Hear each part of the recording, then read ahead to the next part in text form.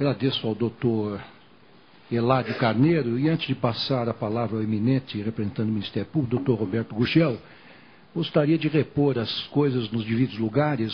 Sua Excelência, o nobre advogado, ouvidou-se de veicular um trecho do meu voto no julgamento daquela DPF, em que eu ressalvava o meu ponto de vista, no sentido de que, se houvesse, ou se fosse editada, uma lei complementar com fundamento no artigo 14, parágrafo 9º da Constituição Federal, eu, então, deixaria de lado o princípio da presunção de inocência e me apoiaria, me arrimaria no princípio da probidade administrativa. Portanto, eu não mudei de opinião, data vênia, do entendimento de Vossa Excelência. Passo agora a palavra ao eminente doutor Roberto Gugel, que falará pelo Ministério Público Eleitoral, que terá também até 10 minutos de tempo para usar a palavra.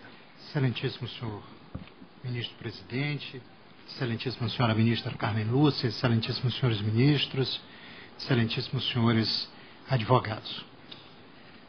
Tamanha é a variedade dos temas propostos nas razões dos recorrentes, que evidentemente o exíguo tempo de 10 minutos é manifestamente insuficiente para abordar pelo menos uma grande parte deles. Terei então que eleger apenas alguns poucos e já deixo de lado aqueles pontos que já foram objeto em julgados recentíssimos de apreciação por esse colendo Tribunal Superior Eleitoral. A defesa alega que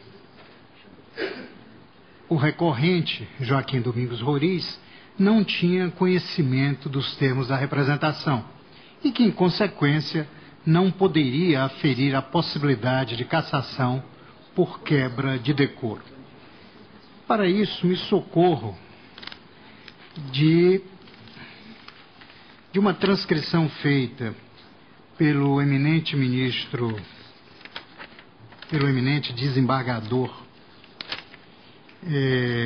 Mário Machado, no Tribunal Regional Eleitoral, em que Sua Excelência mostra que, na verdade, a representação não apenas era conhecida de Joaquim Roriz, mas era conhecida de todo o país.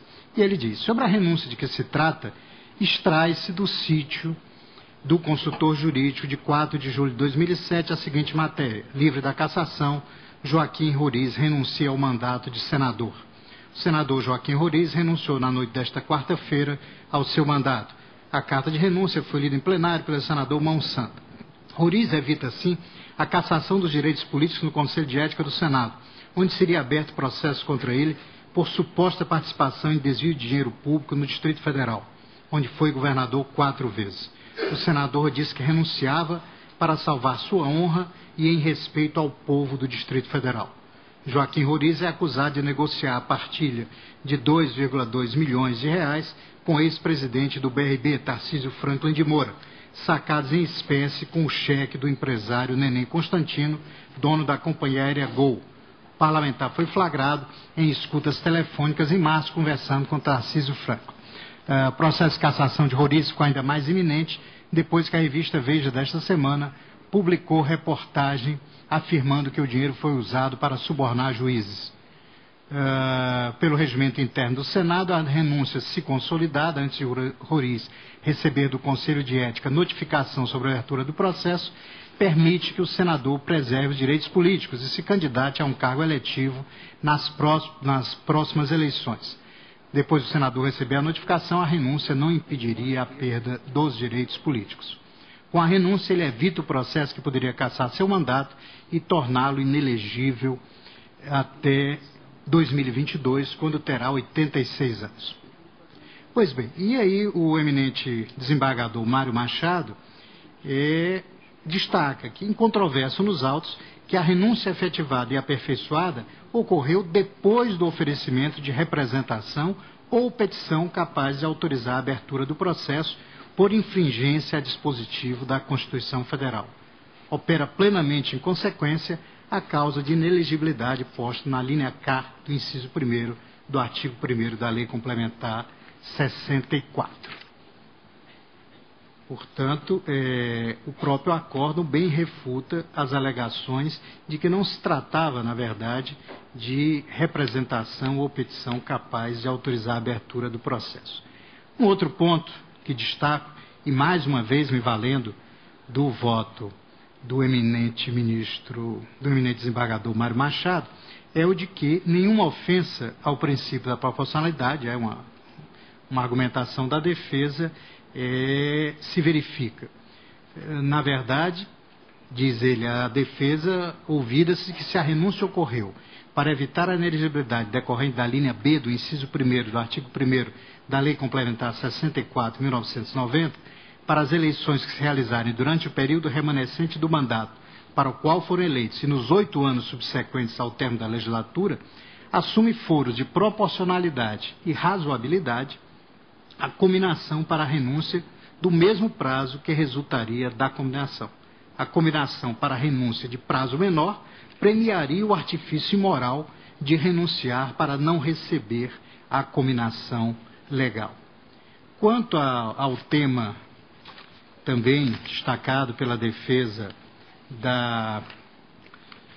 de uma ofensa ao ato jurídico perfeito, também o acórdão responde muito bem a esse aspecto, quando diz que reputa-se o ato jurídico perfeito, agora já no voto do desembargador federal Hilton Queiroz, reputa-se o ato jurídico perfeito, já consumado, segundo a lei vigente ao tempo em que se efetuou.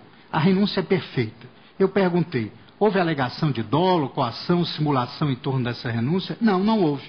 O candidato fez a renúncia conscientemente e está dito que foi para evitar a eventual abertura do processo. Qual o direito adquirido que é invocado no caso? Nenhum. O de ser eleito?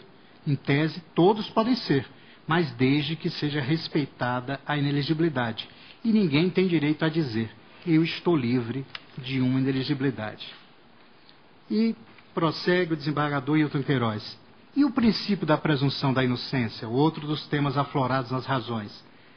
O princípio da presunção da inocência é vinculado às imputações de natureza criminal. Ninguém pode ser considerado culpado antes do trânsito em julgado da condenação. Qual a condenação que está sendo imputada? Qual a condenação que se diz ter sido suportada pelo senhor Joaquim Roriz neste caso? Nenhuma. Não há condenação em desfavor dele. Qual a sanção que se lhe está impondo? Nenhuma sanção. O que se está dizendo é que ele não preenche uma condição de elegibilidade prevista nesta lei complementar.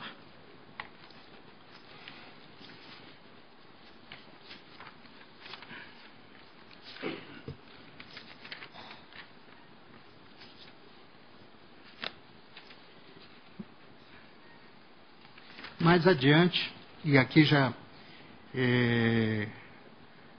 reproduzo as bem elaboradas razões do Procurador Regional Eleitoral, o colega Renato Biril de Góes, quando assevera o fato de a Constituição ter estabelecido um marco temporal para que o parlamentar renuncie e, via de consequência, não seja processado e julgado por seus pares, em nada guarda relação com o marco temporal determinado pela Lei Complementar 135 de 2010 para que o candidato seja considerado inelegível. As esferas são diferentes e as consequências jurídicas também. A Constituição Federal, em seu artigo 55, parágrafo 4º, permite a renúncia do parlamentar antes de instaurado o processo disciplinar. Consequência, o parlamentar não pode ser processado ou julgado por seus pares. Essa é uma premissa. A outra, a Lei Complementar 60, com a redação da Lei Complementar 135, diz que são inelegíveis os parlamentares. Consequência, o parlamentar que se enquadrar nesse dispositivo fica inelegível para as eleições que se realizarem durante o período remanescente para o qual foi eleito e nos 8 anos subsequentes ao término da legislatura. Como disse, senhor presidente, o tempo é absolutamente insuficiente para todos nós, Ministério Público, advogados, para abordar todas as teses. Mas vou agora a um ponto em que Sua Excelência, o eminente advogado, mestre de todos nós, Pedro Gordilho, fez referência a que o dispositivo seria um atentado ao Estado Democrático de Direito. Com todas as vênias devidas, entendo que, ao contrário, o dispositivo, faz reverência ao Estado Democrático de Direito, na medida em que homenageia as disposições do parágrafo 9º do artigo 14 da Constituição Federal. E já encerrando, senhor presidente, eu assinalo que tem se afirmado enfaticamente que as posições que consagram a aplicabilidade imediata da Lei Complementar 135 se arrimariam mais no clamor popular e menos em fundamentos estritamente jurídicos. De minha parte, devo dizer, senhor presidente, que o Ministério Público, como todos sabemos, é defensor do regime democrático e, como tal, da ordem jurídica, a começar, evidentemente, da Constituição da República, que lhe cabe defender intransigentemente. Portanto, por mais encantadoras que fossem em suas finalidades as disposições da Lei Complementar 135 de 2010, por mais ensurdecedor que fosse o clamor popular, o Ministério Público não hesitaria em afastar a sua aplicação se entendesse maltratada a Constituição ou se entendesse, como destacou da tribuna o doutor Eládio, que ela investiria contra os pilares do Estado Democrático de Direito. Se o Ministério Público tem sustentado o contrário, é porque está absoluta, completa e cabalmente convencido, claro, sem qualquer pretensão de ser o dono da verdade, de que as normas introduzidas pela Lei Complementar 135 e sua imediata aplicação não desafiam, mas homenageiam os princípios e o texto da nossa Carta Política.